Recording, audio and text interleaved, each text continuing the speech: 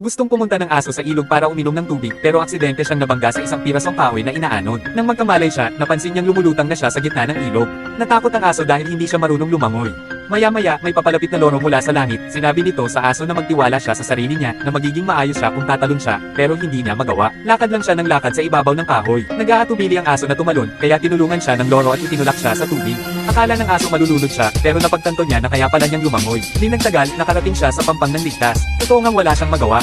Kapag nagugutom ang aso, tanging mga sanga lang ang ninangati niya. Dumating ang oras na baka mamatay siya sa gutom, kaya nagpa siya ang loro na dalhin siyang manghuli ng kuneho. Pero mabilis ang mga kuneho. Sa wakas, nakahuli ang aso ng isa.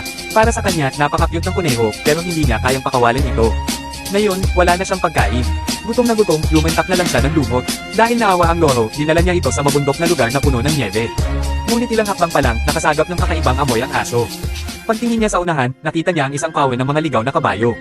Hindi pa nakakita ang aso ng ganoon. Sobrang takot niya na hindi siya makakilos.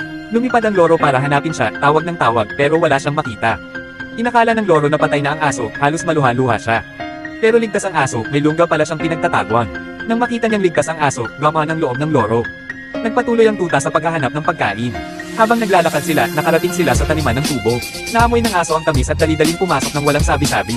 Pero nakaramdam ng panganib ang loro, kaya sumigaw siya sa aso na lumabas. Hindi naniwala ang aso dahil akala niya wala namang panganib.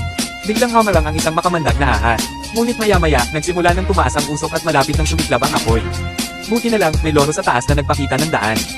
Nailigtas ang tuta. Lubos siyang nagpasalamat at nangakong babawi balang araw. Pero hindi niya nagawa dahil nakita na ng loro ang kanyang kawan. Nakita silang masayang nag-uusap. Alam ng tuta, hindi na mananatili ang loro sa kanya magpakailanman. Ang natitirang paglalakbay ay kanya nang tatahakin mag-isa.